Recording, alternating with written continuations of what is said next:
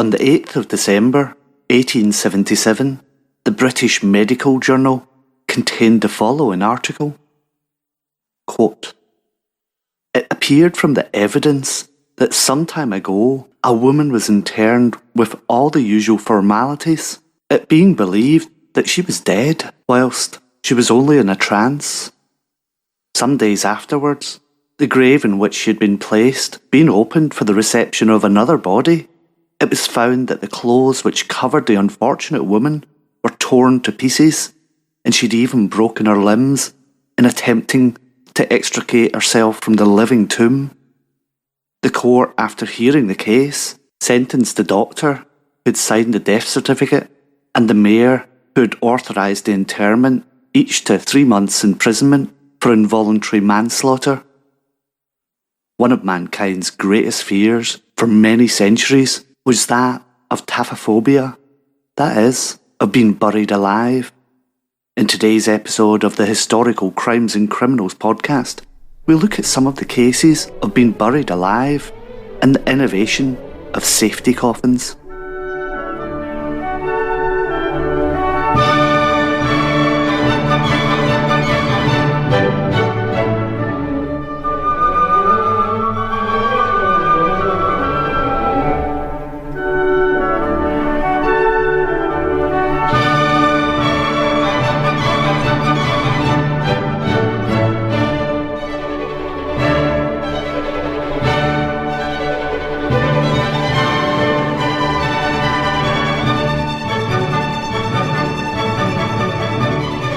Hi, and welcome back to the Historical Crimes and Criminals podcast. I'm Steve, your host, and next week I'll be on one of Philippines' most beautiful islands, Palawan, and I won't be taking my computer, but I will record a couple of little short episodes to keep your appetite sated. But back to our main story. In 1844, the American writer Edgar Allan Poe, that master of Gothic horror, wrote a story called The Premature Burial. It played on people's genuine fears. In it, the protagonist awaked from catalepsy to find that he's been buried alive.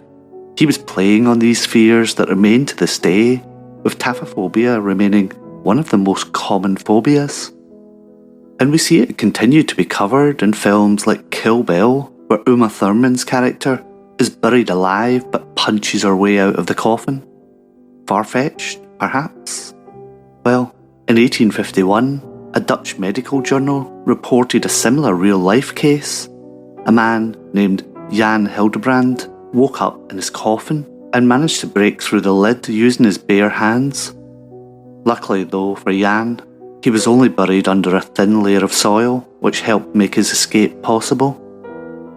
This wasn't just a nightmare for the Victorians, it was a very real fear that spawned an entire industry of life-saving innovations, the safety coffins. But why did they need them in the first place? Well, in the 19th century, declaring someone dead wasn't as straightforward as it is today. Medicine was still developing, and conditions like catalepsy, a state of prolonged trance, could make someone appear dead, even to trained doctors. Without modern medical equipment, determining death was surprisingly difficult. Conditions like catalepsy, hypothermia, or certain drug overdoses could create a death-like state that could fool even experienced doctors.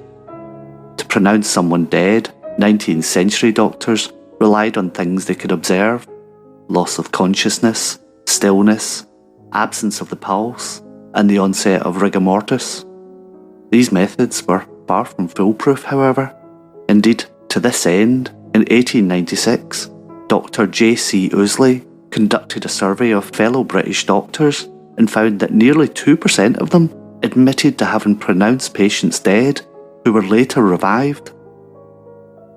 And if we were to extrapolate that across Victorian Britain alone, we're probably talking about thousands of potential premature burials, so no wonder people were terrified at the thought of being buried alive.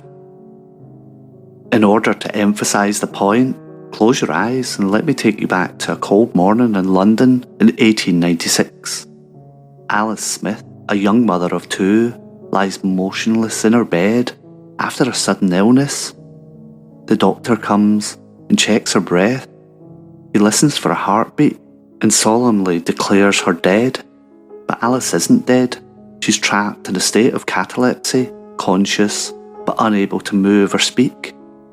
She can hear everything: her children's cries, her husband's grief, and the undertaker's footsteps.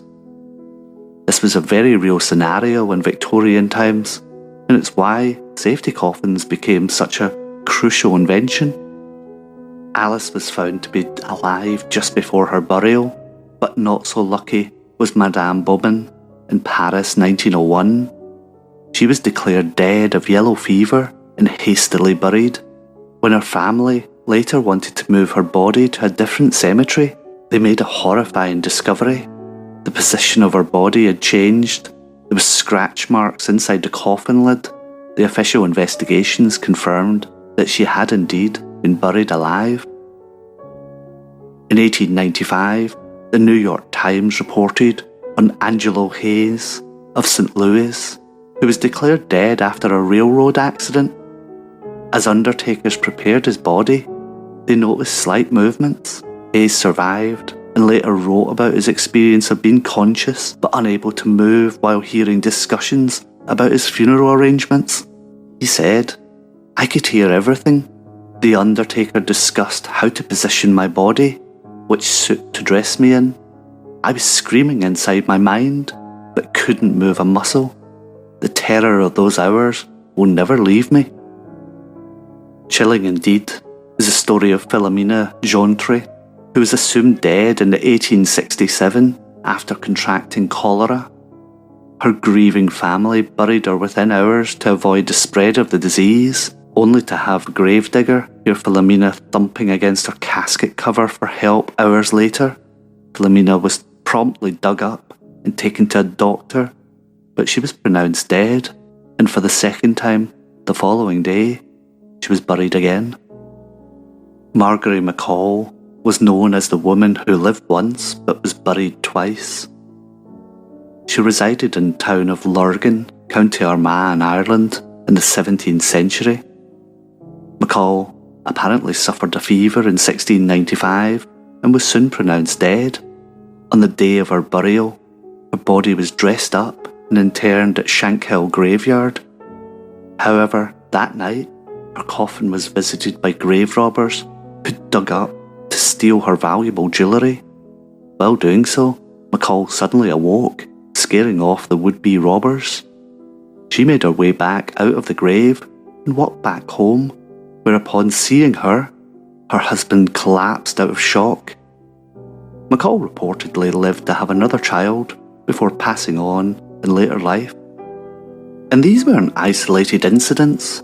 William Tebb documented nearly 200 cases of near-live burial and 219 actual premature burials in his 1905 book, Premature Burial and How It May Be Prevented. He even found 149 cases where people narrowly escaped being buried alive. The terrifying likelihood of being buried alive sparked an innovation race amongst inventors, and let's explore some of the most fascinating designs. People initially started taking their own steps. When Robert Robinson died in Manchester in 1791, a movable glass pane was inserted in his coffin, and the mausoleum had a door for purposes of inspection by a watchman who was to see if he breathed on the glass. He instructed his relatives to visit his grave periodically to check whether he was still dead. The first official safety coffin design was one built for Duke Ferdinand of Brunswick before his death in 1792. The Duke himself requested a coffin with a window to allow light in, an air tube for ventilation, and a lock that could be opened from the inside. When he was eventually laid to rest in the family vault, he had keys with him in case he ever needed to escape. He never used his keys. But not everyone had a family vault. One of the earliest and most famous safety coffins was patented by Dr. Johann Tabager. Tabager's design was brilliant in its simplicity. A series of strings attached to the presumed corpse's hands, feet, and head ran through the burial shaft to a bell mounted above ground. Any movement would trigger the bell, alerting the cemetery watchman. But Tabega didn't stop there.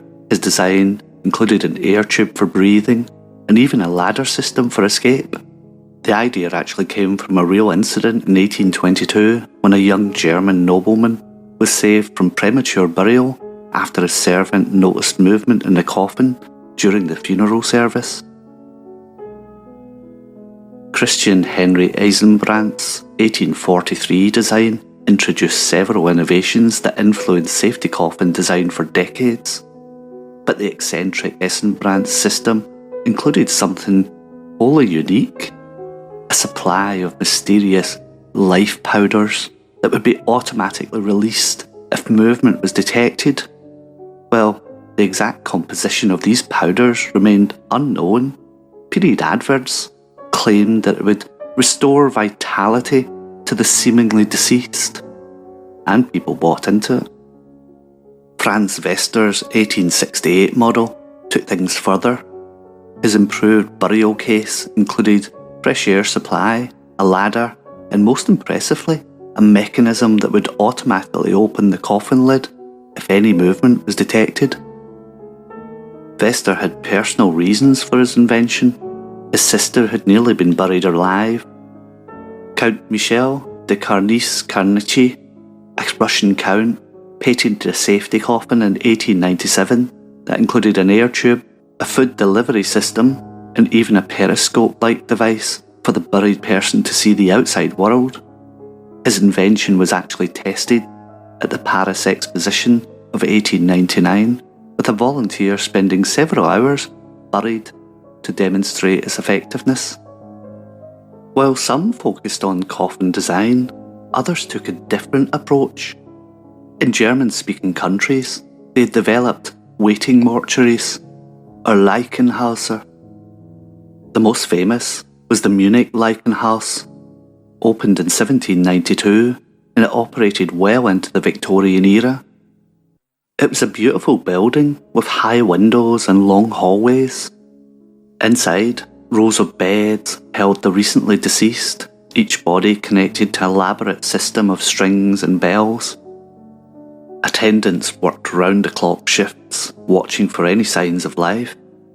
The bodies would remain there for several days before burial, giving any potentially living person a chance to revive.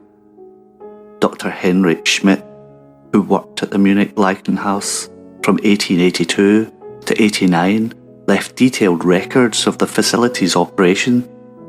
In his journal, he writes, "Every morning, I check the bells and strings, ensuring they remain properly attached.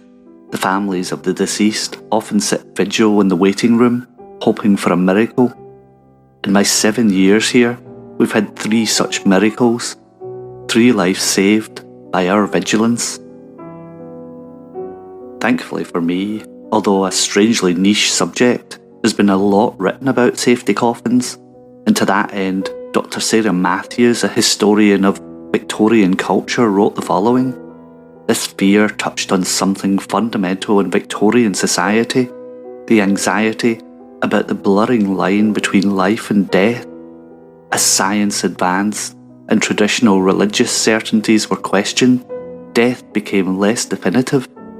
The safety coffin represented both their faith in technological solutions and their deep uncertainty about what actually constituted death." And the legacy of Victorian safety coffins continues today. In 1995, Italian inventor Fabrizio Caselli patented a modern emergency tomb that would make his Victorian predecessors proud.